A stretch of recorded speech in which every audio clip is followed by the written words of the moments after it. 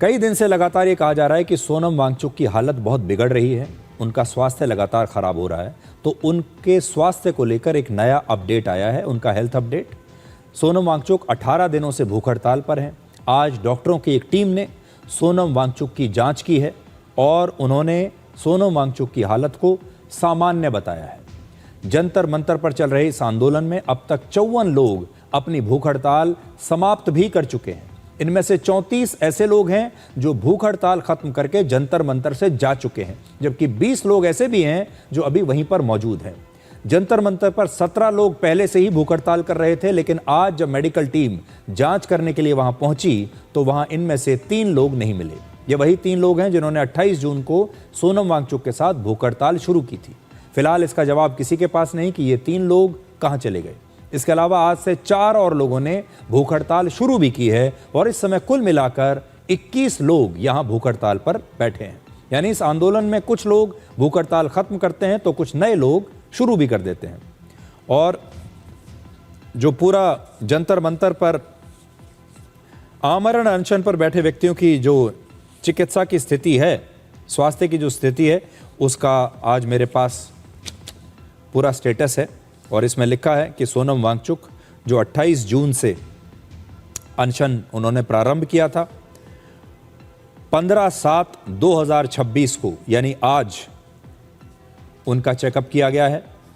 Doctor Ram Manohar Lohia अस्पताल के doctors ने उनका चेकअप किया है। इसमें उन डॉक्टरों के नाम भी हैं जिन डॉक्टर्स ने उनका चेकअप किया है। राम मनोहर लोहिया अस्पताल एक बहुत बड़ा अस्पताल है दिल्ली का, और वो जो ये जगह है जंतर मंतर इसके बहुत करीब है। तो वहाँ के सरकारी डॉक्टर्स ने आकर इनका चेकअप किया है और इसमें लिखा है सेहत मानक जो है उसमें लिखा हुआ है सामान्य, कि अभी उनकी जो स्थिति है वो बिल्कुल सामान्य है।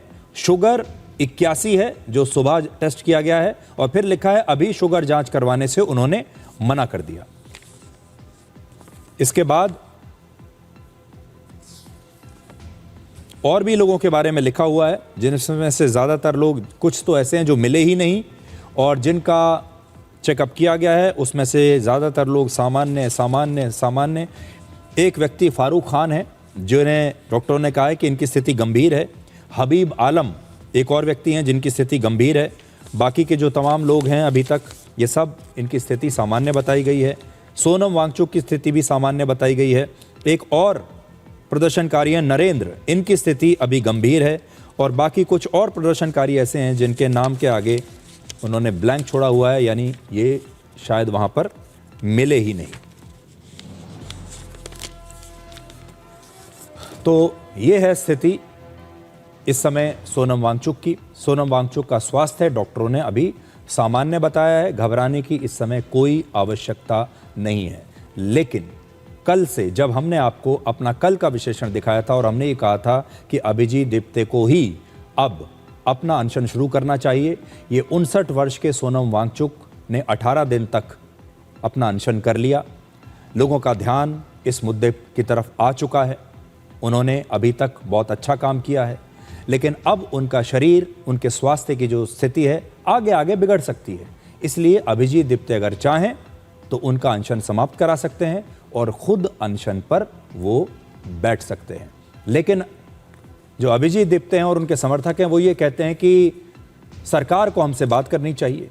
वो ये भी कहते हैं कि एक केंद्रीय मंत्री का, शिक्षा मंत्री का इस्तीफा वो मांग रहे हैं।